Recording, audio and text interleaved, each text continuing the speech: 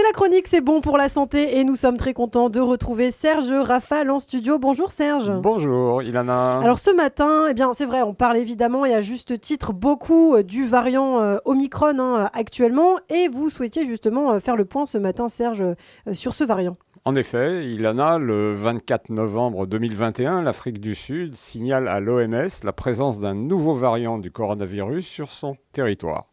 Il est vite classé variant préoccupant, VOC, en raison de l'augmentation considérable et rapide du nombre de cas de Covid-19.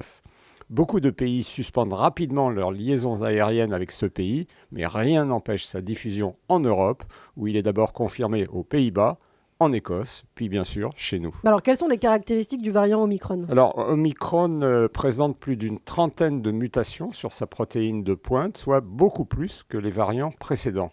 Ceci pouvait faire craindre une dangerosité plus grande et une résistance aux vaccins qui avaient tous été fabriqués à partir de la souche initiale de Wuhan. Les scientifiques ont vite constaté une réduction drastique par 25 du taux des anticorps neutralisants chez les personnes vaccinées avec 2 doses, d'où la décision prise immédiatement de proposer une 3e dose pour retrouver un niveau d'efficacité équivalent aux études préliminaires et aux premières injections. Nous savons maintenant que ce rappel, appelé boost, est efficace contre les formes graves, beaucoup moins malheureusement sur l'infection et la transmission. C'est ainsi que nous avons constaté des cas certes peu graves mais très fréquents chez des vaccinés 2 et même 3 doses. On peut donc affirmer qu'Omicron échappe en partie à l'efficacité des vaccins actuellement sur le marché, presque exclusivement Pfizer et Moderna en France, même si ceux-ci continuent à protéger des formes graves. Ces laboratoires ont promis un nouveau vaccin qui pourrait être disponible en mars-avril. Il y a des différences, Serge, entre la maladie déclenchée par Omicron et par Delta ? Oui, Ilana, elle commence à être bien connue puisque Omicron supplante prestement Delta. Notons d'emblée que le nombre effarant de cas annoncés chaque jour, une moyenne de 300 000, est de l'Omicron, mais que les malades actuellement en réanimation sont très majoritairement des Delta, ce qui confirme la contagiosité extrême d'Omicron, mais sa moindre virulence.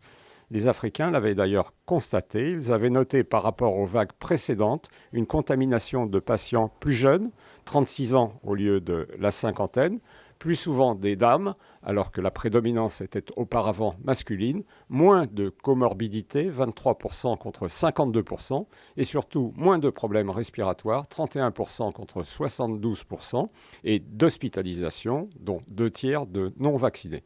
En outre, beaucoup plus courte, 3 jours contre 8. La maladie et la mortalité, 3% contre 30%, semblaient d'emblée moindres.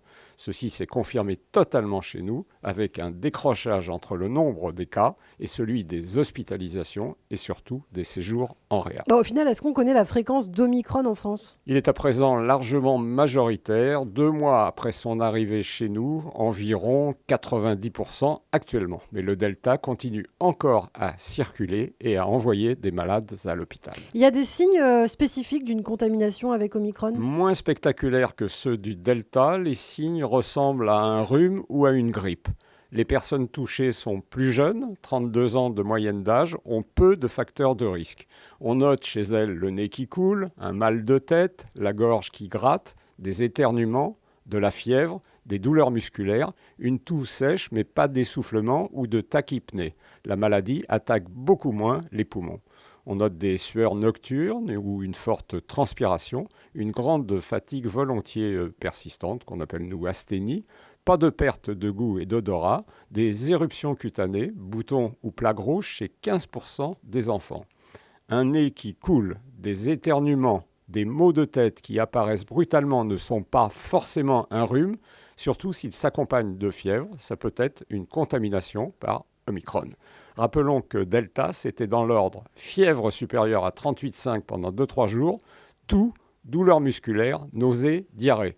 Et pour la grippe, c'est habituellement la toux qui se déclare en premier. Alors, on parle du variant Omicron en conclusion, Serge. Le Covid nous a réservé de nombreuses surprises depuis son apparition en novembre 2020. Je me garderai donc bien de la moindre conclusion définitive. Même les scientifiques sont divisés. Certains pensent que la virulence moindre de ce variant sonne le glas prochain de l'épidémie. D'autres nous expliquent que le Delta n'a pas dit son dernier mot et pourrait rebondir. D'autres encore, dont l'OMS, redoutent l'apparition d'un nouveau variant plus dangereux. Faisons comme nos amis anglo-saxons, prenons le wait and see. C'est plus sage que des pronostics hasardeux qui nous ont déjà fait trop de mal depuis le début de cette pandémie épuisante et déroutante à bien des égards. Merci beaucoup Serge Rafal, la chronique c'est bon pour la santé, c'est tous les matins sur Radio J.